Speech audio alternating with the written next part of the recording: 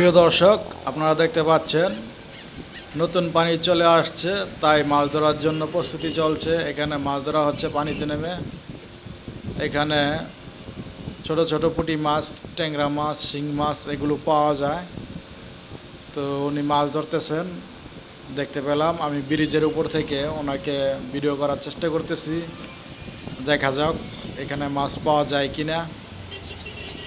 তো বন্ধুরা, আপনাদের এখানে পানির কি খবর টবর, পানি আসছে কিনা?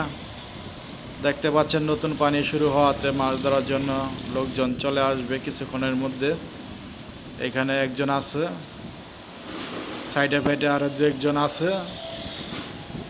তো এই মাছ ধরা দেখতে খুবই ভালো লাগে। যারা মাছপ্রেমী আছেন তাদের হয়তো ভিডিওটা ভালো লাগবে।